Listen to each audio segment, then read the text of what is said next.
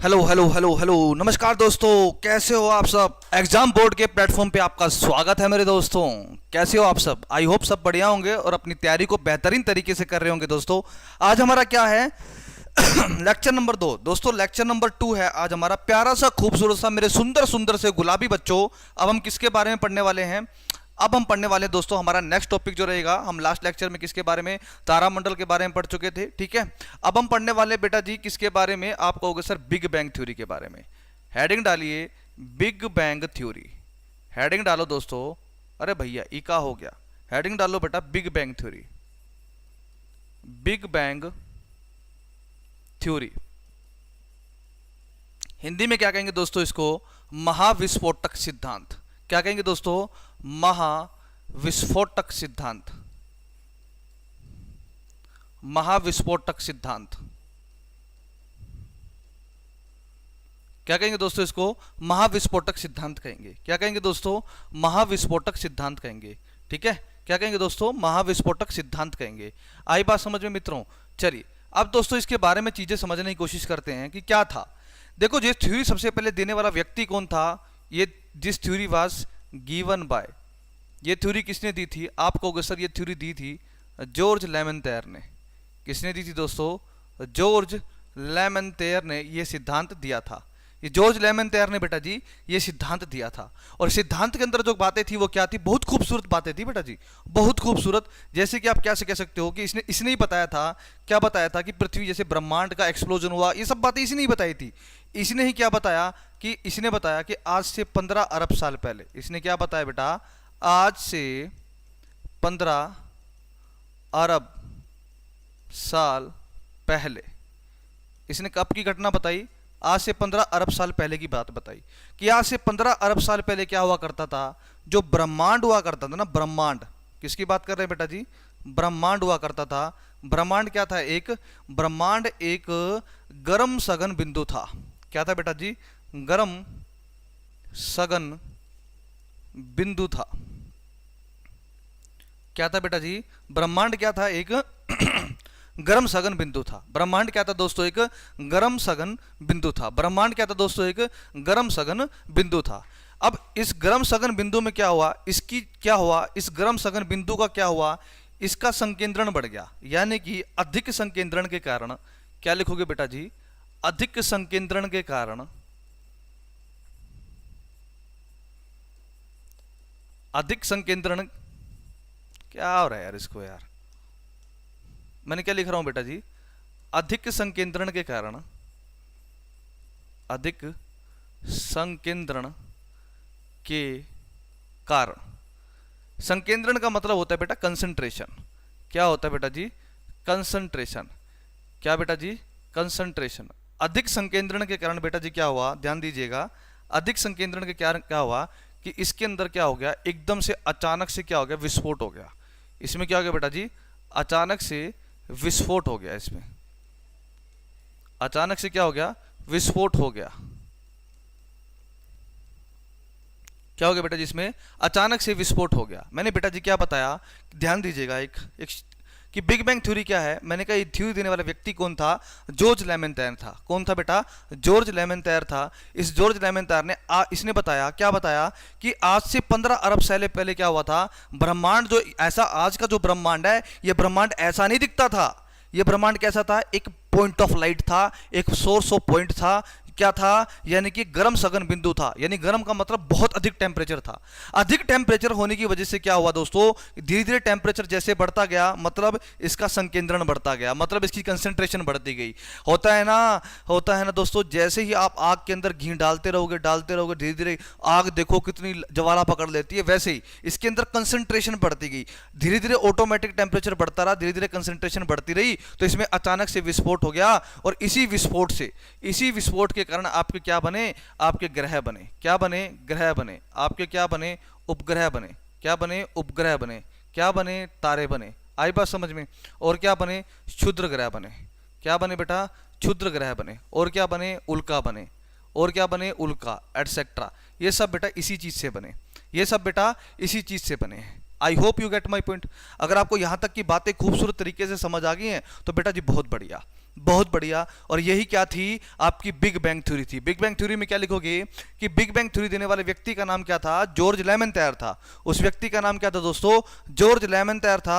इसने क्या कहा कि आज से 15 अरब साल पहले ब्रह्मांड जो हुआ करता था ये एक गर्म सघन बिंदु हुआ करता था। इसका कंसंट्रेशन अधिक होने के कारण, यानी कि संकेंद्रण अधिक होने के कारण क्या हो गया, इसमें बेटा जी अचानक से विस्फोट हो गया मेरे दोस्तों। जब अचानक से विस्फोट हुआ ना बेटा, क्या हुआ, विस्फोट होने से ही आपके क्या बने, ग्रह बने, उपग्रह बने, तारे, क्षुद्र ग्रह, उल्का, ये सब ऐसे ही बने, ये इसने बताया। और इसी की बात को देखते हुए एक व्यक्ति था बेटा जी जिसका नाम क्या था, एडविन हब्बल। इस व्यक्ति का नाम क्या था बेटा जी, एडविन हब्बल। इसी ने ही क्या दिया, मॉडर्न बिग बैंग थ्योरी दी थी। इसने क्या कहा, मॉडर्न बिग बैंग थ्योरी। इसी व्यक्ति ने क्या दिया था, मॉडर्न बिग बैंग थ्योरी दी थी दोस्तों, मित्रों, भाइयों और बहनों, क्या दी थी, मॉडर्न बिग बैंग थ्योरी दी।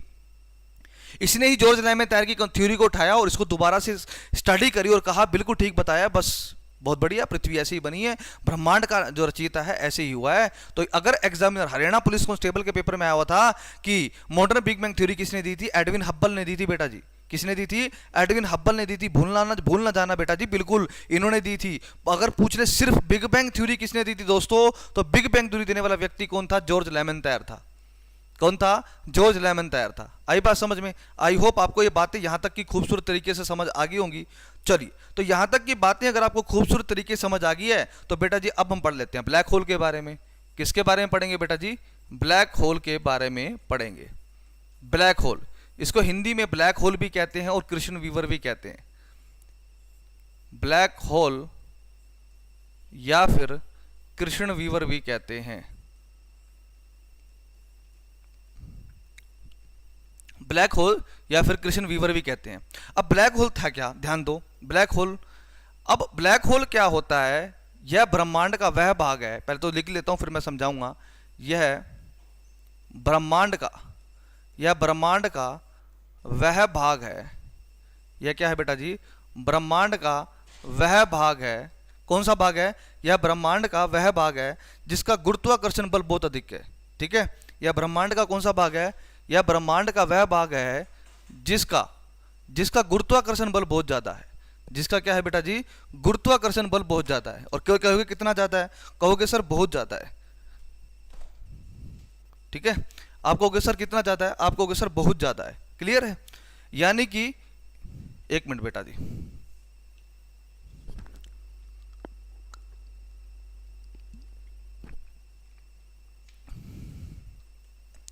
ध्यान दो। अब मैंने क्या बताया बेटा जी कि यह ब्रह्मांड का वह भाग है जिसका गुरुत्वाकर्षण बल, जिसका गुरुत्वाकर्षण बल इतना ज्यादा है कि प्रकाश की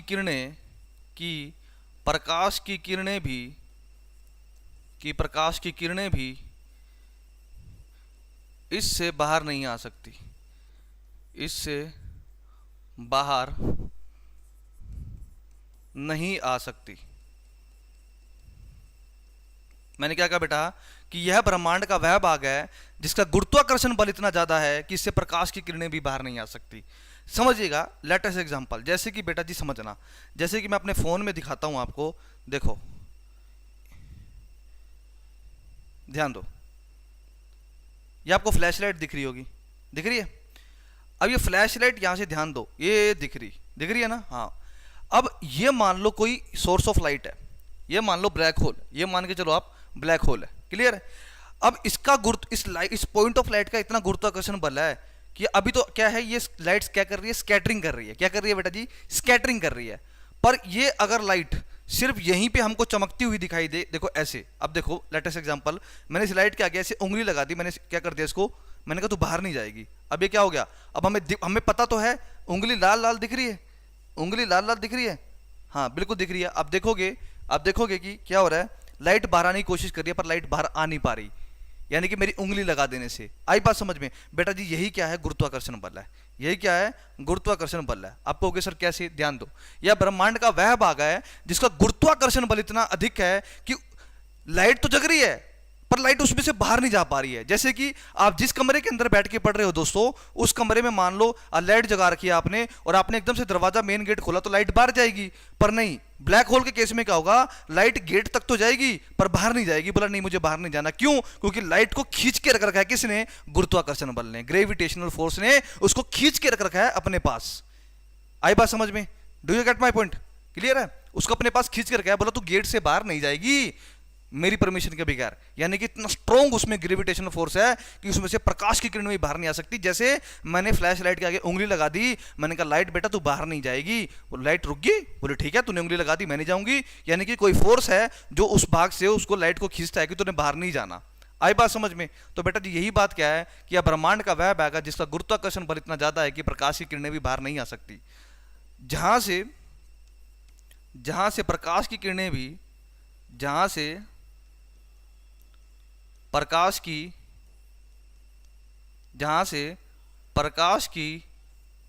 किरणें भी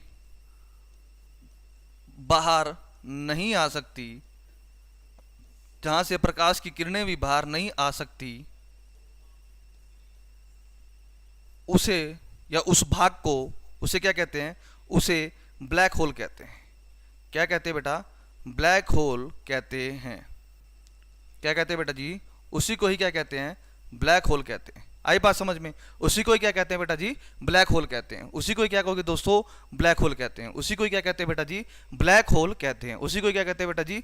ब्लैक होल कहते हैं। I hope you get my point. Okay, fantastic if you get my point. Okay, clear है? वह ब्रह्मांड का वह भाग जिसका गुरुत्वाकर्षण बल इतना ज्यादा है कि प्रकाश की किरणें भी उससे बाहर नहीं आ सकती, और जहां से प्रकाश की किरणें बाहर नहीं आ सकती उस भाग नहीं आ सकती, उसी क्या कहते हैं? ब्लैक होल कहा जाता है। ब्लैक होल कहा जाता है। पर यहां पर एक चीज ऐड की जाएगी। ये तो थी पुरानी डेफिनेशन। क्या की थी? पुरानी डेफिनेशन। पर यहां पर ऐड किया गया, यहां पर ऐड किया गया। अब इस ब्लैक होल को हटा दिया है। क्या किया? हटा दिया है। अब उसको क्या कहा जाता है? इवेंट होरिजन कहा जाता है। क्या कहा जाता है? इवेंट होरिजन कहा जाता है। ये बात इसके अंदर ऐड की गई। अब उसको ब्लैक होल नहीं, अब इवेंट होरिजन कहा जाता है। और इस पूरी प्रोसेस को ब्लैक होल कहा जाता है। इस पूरी प्रोसेस को ब्लैक होल कहा जाता है, पूरी जितना मैंने समझाया। पर जहां से प्रकाश की किरणें बाहर नहीं आ सकती उसको इवेंट होरिजन कहा जाता है। अब ऐसा क्यों? ऐसा क्या हुआ बेटा? ऐसा हुआ, एक घटना हुई थी, ऐसी एक घटना हुई थी, ठीक है, ऐसी एक घटना हुई थी अप्रैल 2019 में। अप्रैल 2019 में एक घटना हुई थी। अप्रैल 2019 में एक घटना हुई। क्या हुई? नासा बना था 1958 के अंदर। नेशनल एरोनॉटिक्स स्पेस एडमिनिस्ट्रेशन जो था ये बना। इसने क्या करा? 2019 में इसका एक टेलीस्कोप था।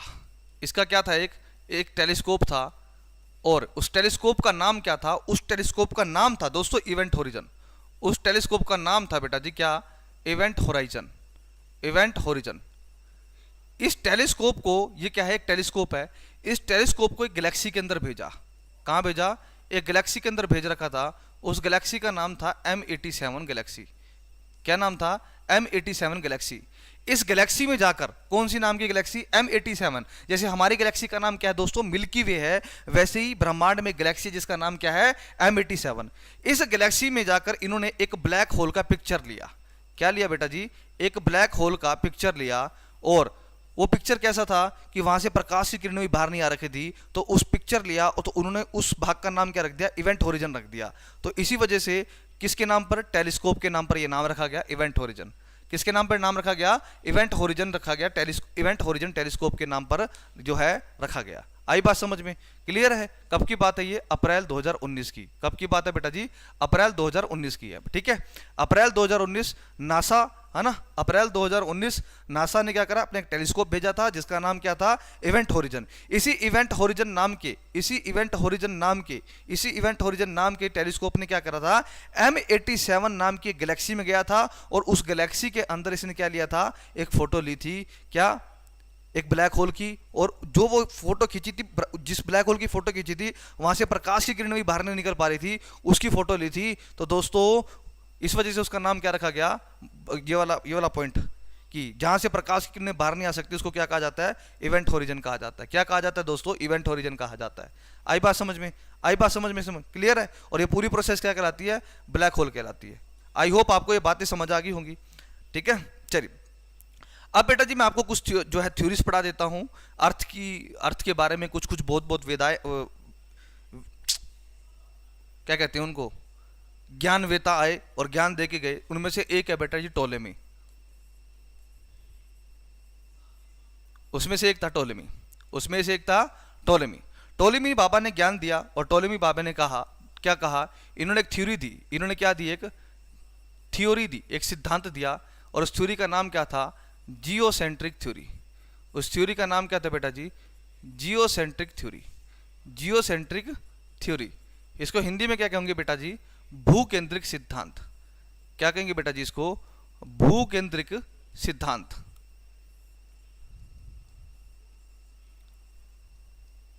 क्या कहेंगे बेटा जी, भूकेंद्रिक सिद्धांत। क्या कहेंगे बेटा जी, भूकेंद्रिक सिद्धांत कहेंगे। आई बात समझ में।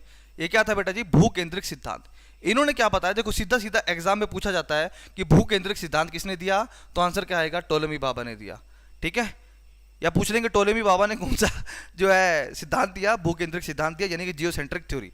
अब इस थ्योरी के अंदर क्या था, समझने वाली बात है। इन्होंने कहा इस थ्योरी के अंदर क्या कहा कि sun is revolving around the earth. Sun is revolving around the अर्थ।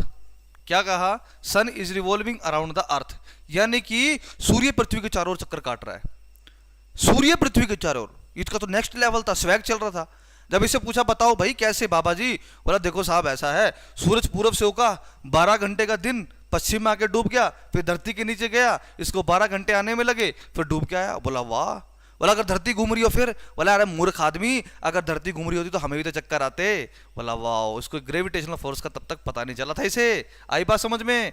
तो इसने क्या दी, जियोसेंट्रिक थ्योरी दी थी। क्या दी थी बेटा जी, जियोसेंट्रिक थ्योरी दी थी। फिर आते हैं दूसरे बाबा जिसका नाम क्या था, कोपरनिकस। फिर एक और बाबा आते हैं जिसका नाम क्या था, कोपरनिकस। कौन है बेटा जी, कोपरनिकस आए। कौन है बेटा जी, कोपरनिकस।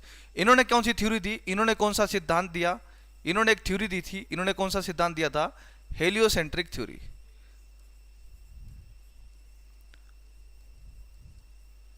हेलियोसेंट्रिक थ्योरी, यानी कि इसने क्या बताया, इसने दिया सूर्य केंद्रिक सिद्धांत।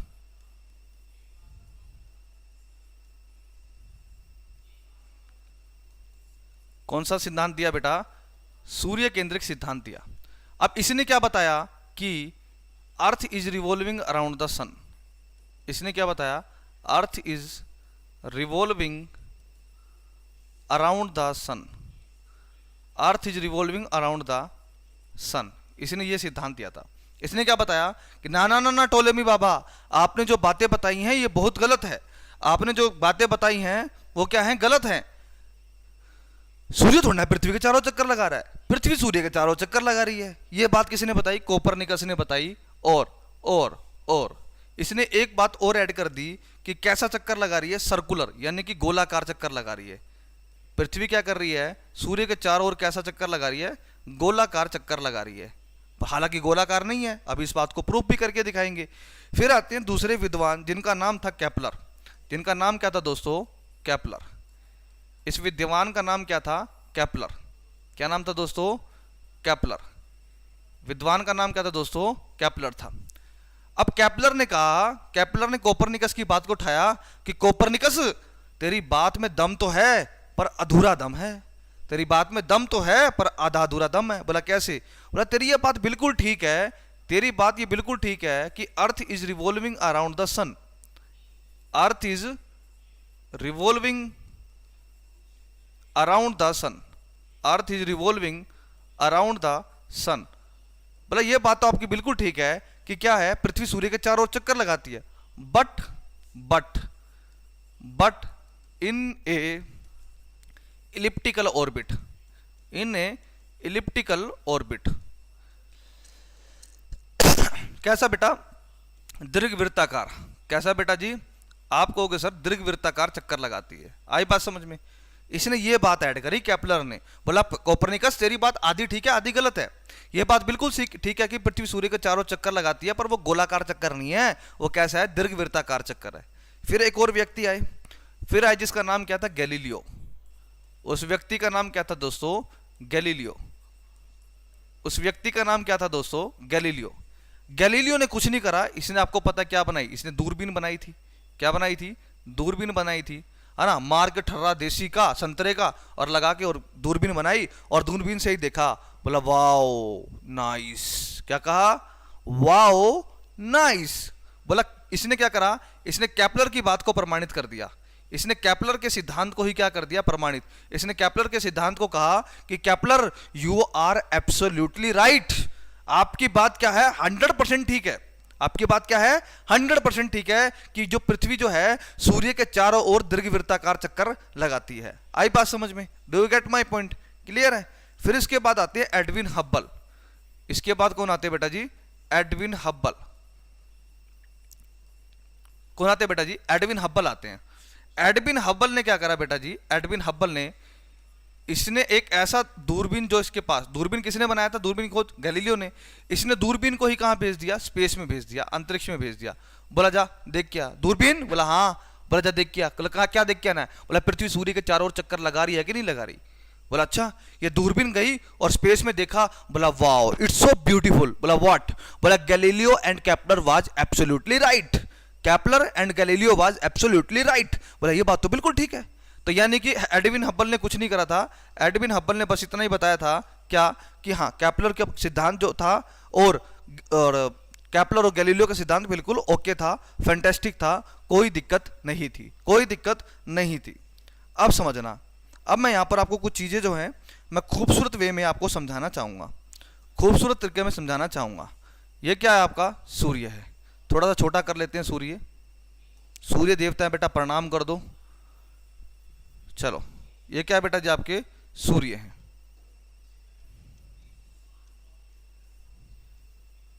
ये क्या है बेटा जी? आपके सूर्य है। आई बात समझ में? अब एक और चीज बना लेते हैं, अर्थ बना लेते हैं। क्या बना लेते हैं? अर्थ बना लेते हैं। ये आपकी अर्थ होगी।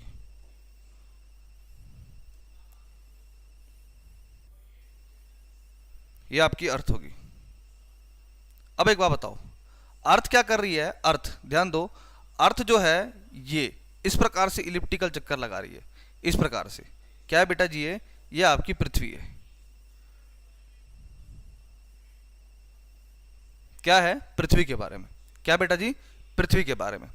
अब एक बात बताओ, पृथ्वी एक टाइम पे यहां है, पृथ्वी सूर्य के चारों चक्कर लगा रही है। एक टाइम पे पृथ्वी बेटा जी यहां पर भी तो आएगी। आपको सर बिल्कुल आएगी। एक टाइम पे पृथ्वी यहाँ भी तो आएगी, आएगी। एक टाइम पे पृथ्वी यहाँ आएगी, एक टाइम पे पृथ्वी यहाँ आएगी, एक टाइम पे पृथ्वी यहाँ आएगी। आपको सर बिल्कुल आएगी। तो मेरे दोस्तों, मेरे बंधुओं, मेरे प्यारे प्यारे भाई और बहनों, एक बात ध्यान दो। ये जो दूरी है, अब देख सकते हो, मान लो यही वाली जो दूरी है, ये क्या है? पृथ्वी और सूर्य के बीच की कैसी डिस्टेंस है? मैक्सिमम है कि नहीं है? आपको सर बिल्कुल है, आएगी। अब जब पृथ्वी यहाँ पहुंची तो अब देखो पृथ्वी और सूर्य के बीच में कैसी डिस्टेंस है? ये मिनिमम है। आई बात समझ में? क्या है? मिनिमम है।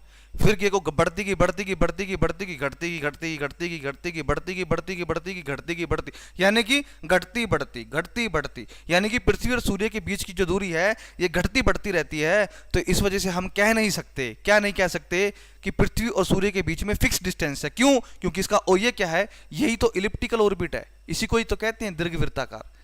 इसी को ही तो दोस्तों क्या कहते हैं? दीर्घवृत्ताकार कहते हैं। इसको क्या कहते हैं? दीर्घवृत्ताकार। इसी को ही कहते हैं।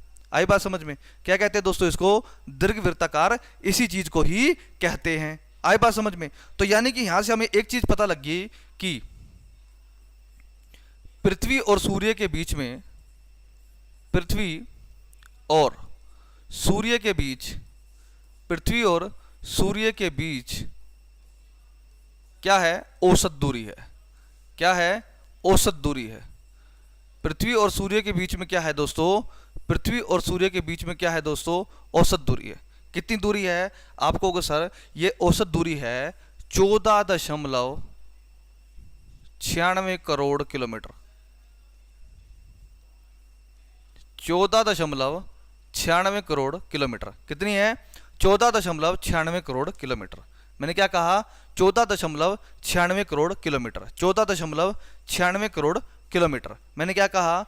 कि पृथ्वी और सूर्य के बीच में औसत दूरी कितनी है? आपको होगा सर 14.96 करोड़ किलोमीटर। कितनी है दोस्तों? पृथ्वी और सूर्य के बीच की दूरी, औसत दूरी है 14.96 करोड़ किलोमीटर। आई बात समझ में? Do you get my point? चलिए, अगर आपको ये बातें पता लग गई हैं तो बहुत बढ़िया। तो फिर मैक्सिमम कितनी होगी और मिनिमम कितनी होगी, आइए इसको पढ़ते हैं, आइए इसको पढ़ते हैं। ठीक है, चलिए, ये क्या आपका सूर्य, ये भैया आपका सूर्य है, क्या है सूर्य, और ये भैया आपकी क्या है, पृथ्वी है। ठीक है, अब देखो भैया, ये क्या है आपका, ये भैया जी आपका सूर्य है, ये क्या है भैया आपका सूर्य है। ठीक है, और ये भैया जी आपकी क्या है, पृथ्वी है। ये क्या है भैया जी, आपकी पृथ्वी है। तो बेटा जी मैंने क्या कहा कि जब सूर्य और पृथ्वी के बीच में अगर मैक्सिमम डिस्टेंस हो, कैसी हो, अधिकतम दूरी, कैसी हो दोस्तों, अधिकतम दूरी हो, अधिकतम दूरी हो, तो इसको क्या कहते हैं दोस्तों, इसको कहते हैं एपीहीलियन। इसको क्या कहते हैं दोस्तों, एपीहीलियन कहते हैं। हिंदी में कहते हैं दोस्तों अपसोर। हिंदी में क्या कहते हैं बेटा जी, अपसोर कहते हैं। क्या कहते हैं, अपसोर कहते हैं। मैंने क्या कहा कि सूर्य और पृथ्वी के बीच में, सूर्य और पृथ्वी के बीच में अधिकतम दूरी कितनी होती है, आप कहोगे सर ये दूरी होती है 15.2 करोड़ किलोमीटर।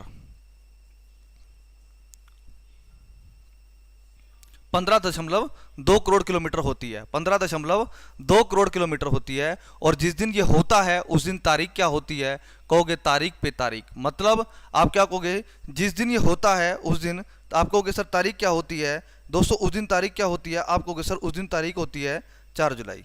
क्या तारीख होती है दोस्तों, उस दिन 4 जुलाई होता है।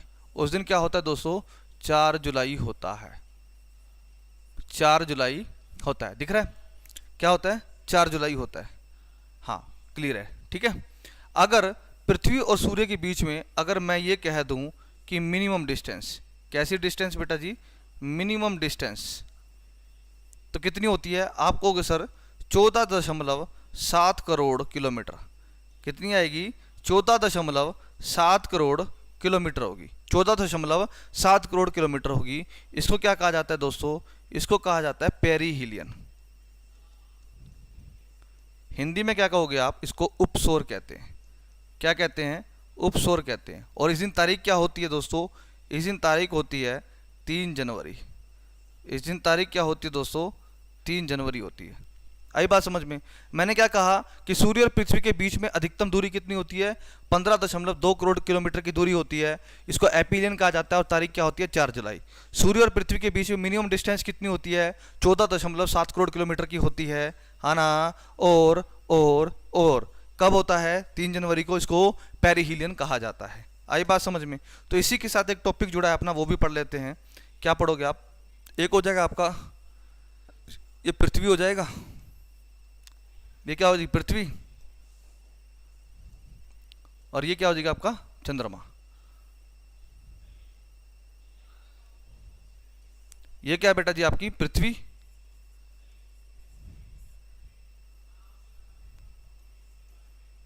और ये क्या होगा बेटा जी, आपका चंद्रमा।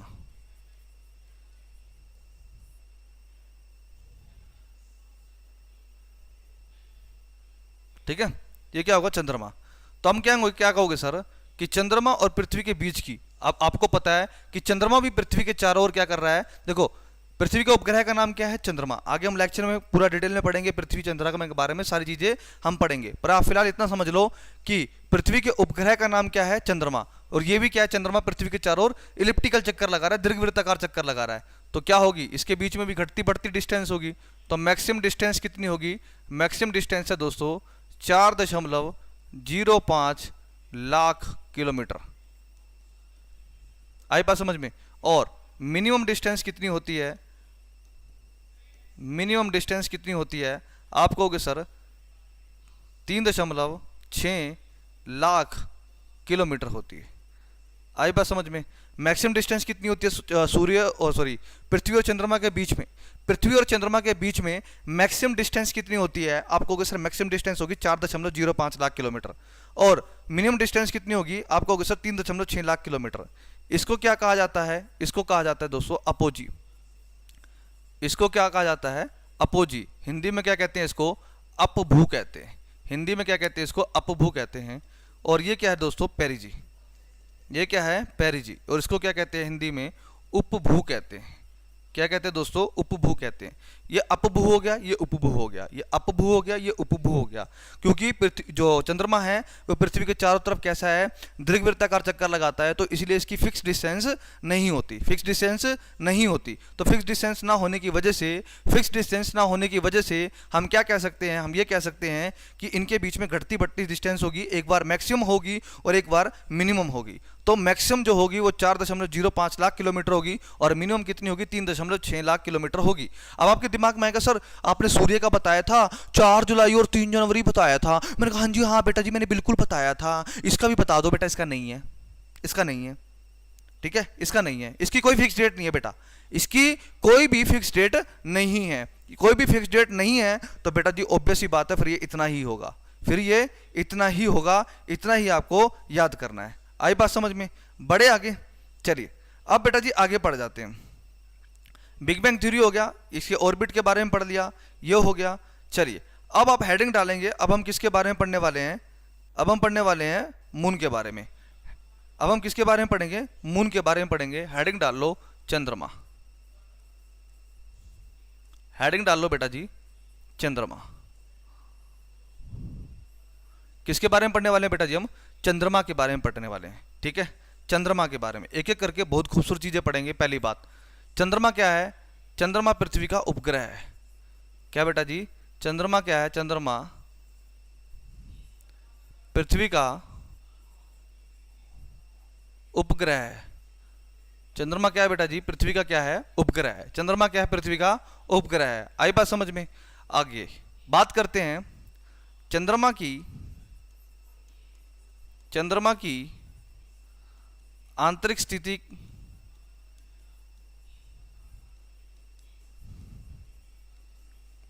के अध्ययन को, चंद्रमा की आंतरिक स्थिति के अध्ययन को क्या कहा जाता है, सेलेनोलॉजी कहा जाता है।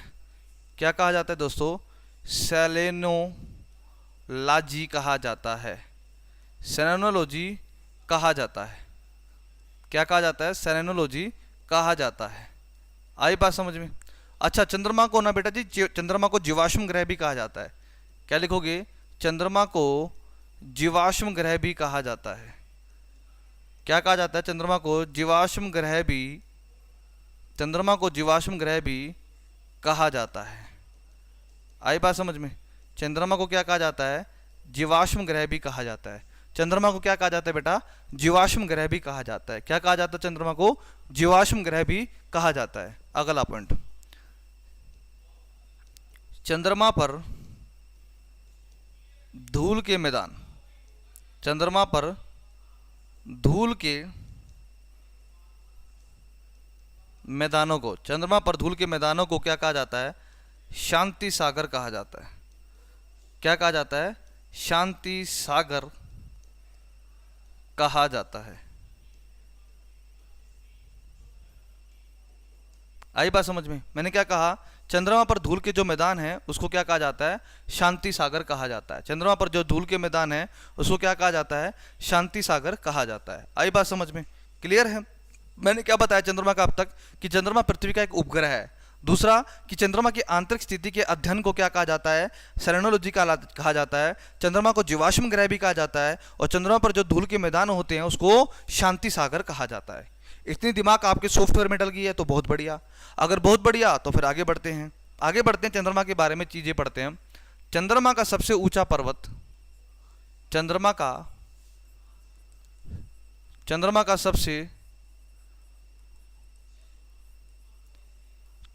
सबसे ऊंचा पर्वत, चंद्रमा का सबसे ऊंचा पर्वत कौन सा है, आप कहोगे सर लिबनिट्ज पर्वत। चंद्रमा का सबसे ऊंचा पर्वत लिबनिट्ज पर्वत है। चंद्रमा का सबसे ऊंचा पर्वत कौन सा है, लिबनिट्ज पर्वत है। कितना ऊंचा है, कितना ऊंचा है बेटा जी, आप कहोगे सर 10,668 मीटर। कितना है, 10,600 मीटर, तो 10,668 मीटर इसकी हाइट है। 10,668 मीटर इसकी हाइट है। 10,668 मीटर क्या है इसकी हाइट है, किसकी, लिबनिट्ज पर्वत की। आई बात समझ में।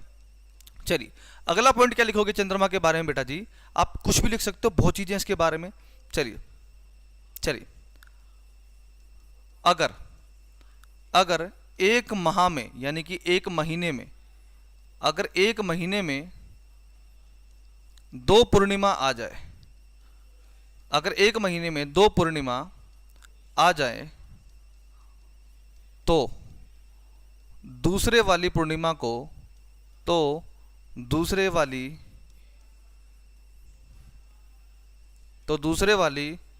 पूर्णिमा को, तो दूसरे वाली पूर्णिमा को क्या कहते हैं? ब्लू मून कहते हैं। क्या कहते हैं दोस्तों? दूसरे वाली पूर्णिमा को क्या कहते हैं? ब्लू मून कहते हैं। क्या कहते हैं? ब्लू मून कहते हैं। आई बात समझ में? ऐसा होता है बेटा, हर 3-4 साल में होता है। ध्यान दीजिएगा, अक्सर एक महीने में एक अमावस आती है और एक पूर्णिमा आती है। अगर किसी महीने में 2 पूर्णिमा आ गई तो वो क्या करोगे? ऐसा होता है, 3-4 साल में होता रहता है ये, कभी ध्यान देना। अगर 2 पूर्णिमा आ जाए तो दूसरी वाली जो पूर्णिमा होगी उसको क्या कहते हैं? ब्लू मून कहते हैं। क्या कहते हैं? ब्लू मून कहते हैं। अगला क्वेश्चन, जब चंद्रमा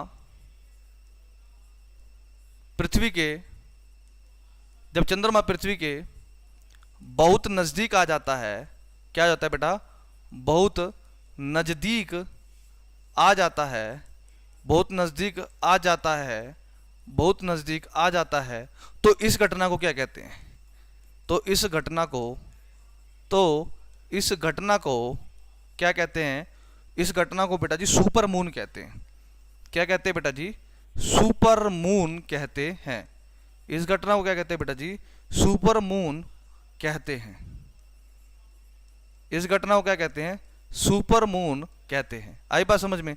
इस घटना को क्या कहते हैं बेटा जी? सुपर मून कहते हैं। कि जब चंद्रमा पृथ्वी के बहुत नजदीक आ जाता है तो इस घटना को क्या कहते हैं? Super moon. और चंद्रमा अपने आकार में 14% बड़ा दिखाई देता है और लगभग 30% के आसपास, 30% के आसपास अपना प्रकाश ज्यादा धरती पर डालता है। आई बात समझ में? क्लियर है? एक बात और लिख लेना यहां पर, इंपॉर्टेंट बात है ये वाली, कि चंद्रमा अपने अक्ष पर, क्या लिखोगे? चंद्रमा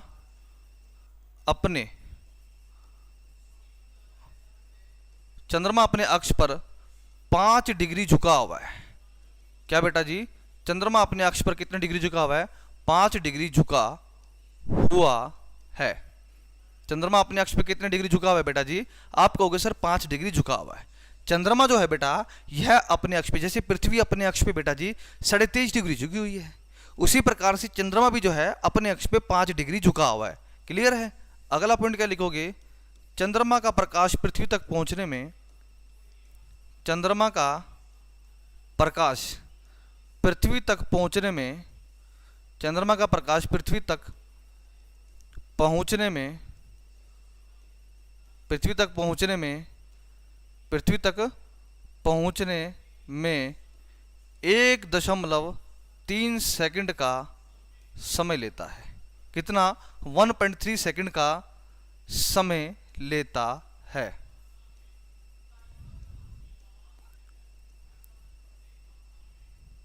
ठीक है? चंद्रमा का प्रकाश पृथ्वी तक पहुंचने में कितना समय लेता है? 1.3 सेकंड का समय लेता है। कितना समय लेता है बेटा जी? 1.3 सेकंड का समय लेता है। आई बात समझ में? आई होप आपको ये सारी बातें समझ आ रही होंगी।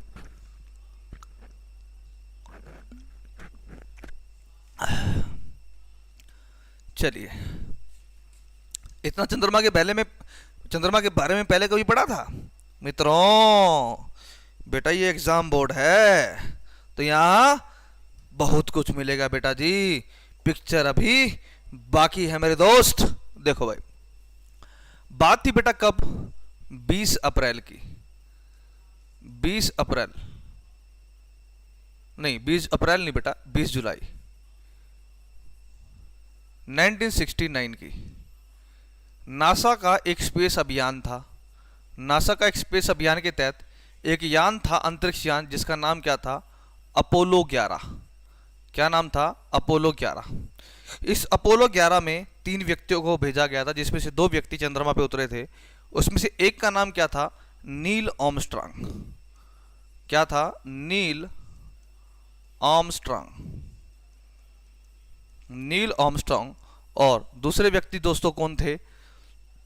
दूसरे व्यक्ति थे दोस्तों बज एल्ड्रिन। क्या थे बेटा जी? Buzz Aldrin. दूसरे व्यक्ति कौन थे? बज एल्ड्रिन थे। कौन थे? बज एल्ड्रिन थे। ये चंद्रमा पर पहले गए। आप क्या लिखोगे इनके बारे में कि ये क्या थे? चंद्रमा पर पहुंचने वाले पहले व्यक्ति। इनके बारे में क्या लिखोगे दोस्तों? इनके बारे में क्या लिखोगे? चंद्रमा पर पहुंचने वाले प्रथम व्यक्ति।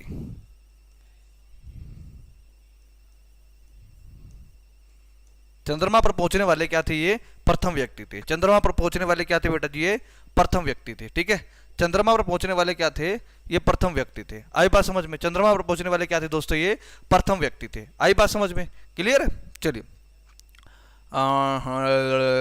आगे देखो, आगे देखो।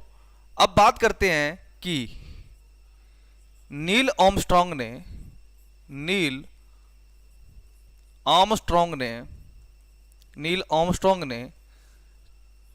चंद्रमा पर अपना पहला कदम रखा। चंद्रमा पर अपना पहला कदम रखा। आई बात समझ में? आपको इसका मतलब क्या है? तो जहां पर पहला कदम रखा ना, उस जगह को क्या कहते हैं? जहां पर कदम रखा उस जगह को क्या कहते हैं? उस जगह को कहते हैं सी ऑफ ट्रंक्विलिटी।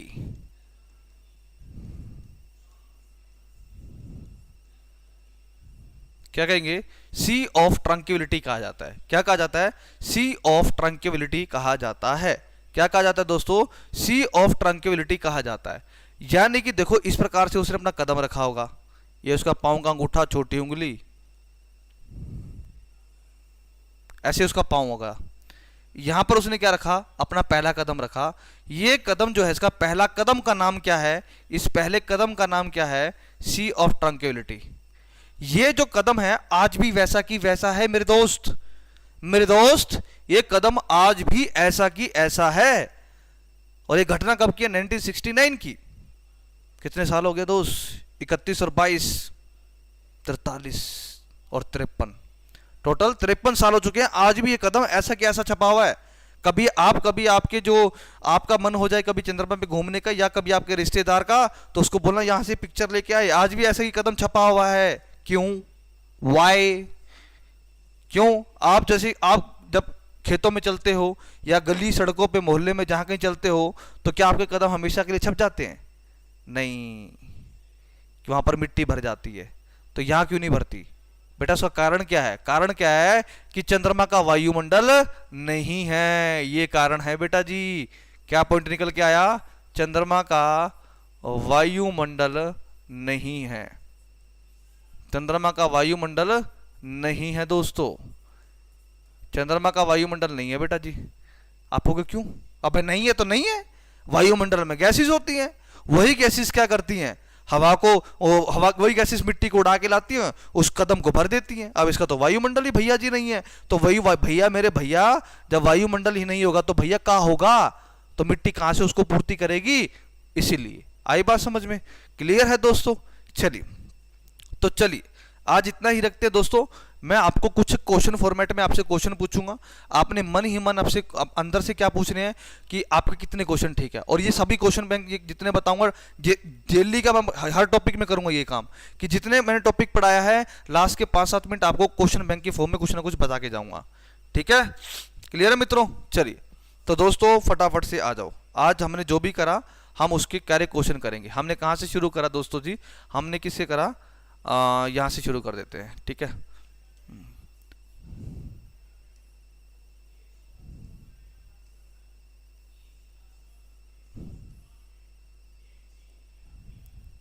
देखो भाई, पहला क्वेश्चन बिग बैंग थ्योरी किसने दी?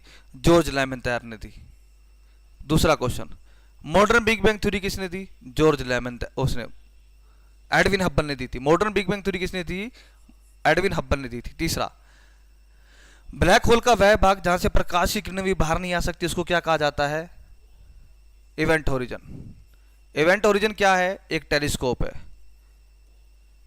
नासा ने 2019 में अप्रैल में एक गैलेक्सी के अंदर जो है एक ब्लैक होल की पिक्चर ली थी, उस गैलेक्सी का नाम क्या था?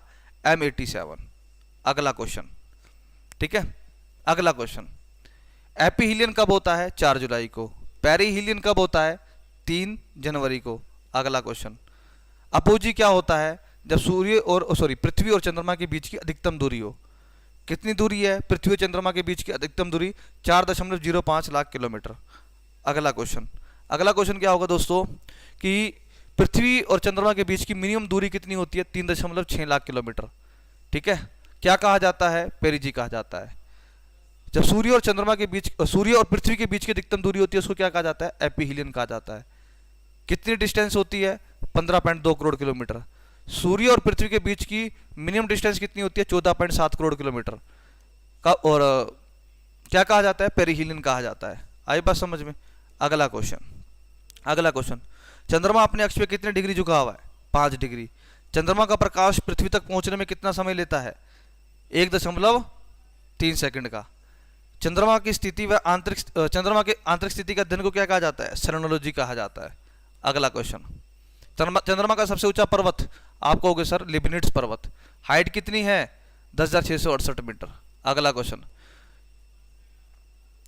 जब चंद्रमा एक माह में दो पूर्णिमा आ जाए तो दूसरी पूर्णिमा को क्या कहते हैं? Blue moon. सुपर मून क्या होता है? जब चंद्रमा पृथ्वी के बिल्कुल नजदीक आ जाता है। सी ऑफ ट्रैंक्विलिटी क्या है? नील आर्मस्ट्रांग द्वारा चंद्रमा पर रखा गया पहला कदम। चंद्रमा पहले कौन गया? सबसे पहले नील आर्मस्ट्रांग गया था। उसके यान का नाम क्या था? अपोलो 11। किसने भेजा था? नासा ने।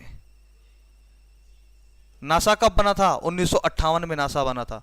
नासा किसकी स्पेस एजेंसी है? यूएसए की स्पेस एजेंसी है। आई बात समझ में? अच्छा जी, और क्या क्वेश्चन बन सकते हैं? हाँ देखो भाई, जियोसेंट्रिक थ्योरी किसने दी? टोलेमी ने दी। हेलियोसेंट्रिक थ्योरी किसने दी? कोपरनिकस ने दी। ठीक है, चलिए, किसने सर्वप्रथम दूरबीन से ये देखा? किसने सर्वप्रथम दूरबीन से ये देखा कि जो पृथ्वी है सूर्य के चारों ओर दीर्घवृत्ताकार चक्कर लगा रही है? तो आप क्या कहोगे? गैलीलियो। और किसने दूरबीन को अंतरिक्ष में भेजा था जिससे ये पता लगाने के लिए कि पृथ्वी सूर्य के चारों ओर दीर्घवृत्ताकार चक्कर लगाती है? Edwin Hubble. आई बात समझ में? अगला क्वेश्चन क्या बन सकता है?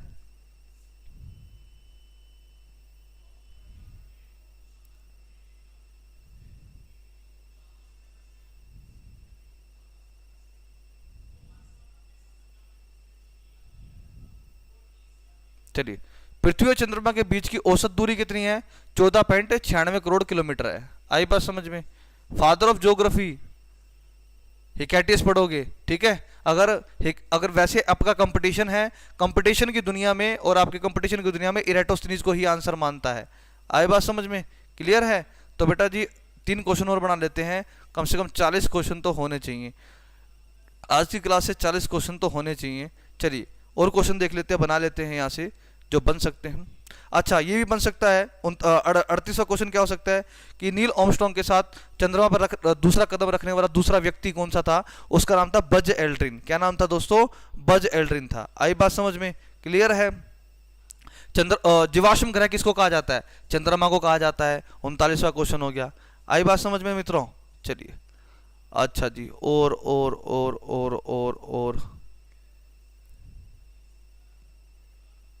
अच्छा, किसने सर्वप्रथम सबसे पहले यह बताया था कि जो है पृथ्वी सूर्य के चारों ओर चक्कर लगाती है? वो था कोपरनिकस। पृथ्वी सूर्य के चारों ओर चक्कर लगाने वाली सबसे पहली बात किसने कही थी? कोपरनिकस ने कही थी। किसने कही थी दोस्तों? कोपरनिकस ने ये सर्वप्रथम ये बातें कही थी। क्लियर है? तो दोस्तों अपनी ज्योग्राफी है फुल फ्लेज में स्टार्ट हो चुकी है। आज बेटा जी अपना जो है ये क्या था? अपना दूसरा लेक्चर था, है ना? इसका नाम क्या था? टॉपिक का नाम था बेटा, जो पहली थ्योरी पढ़ाई थी मैंने, बिग बैंग थ्योरी पढ़ाई थी। क्या पढ़ाई थी बेटा जी? बिग बैंग थ्योरी पढ़ाई थी मैंने आपको।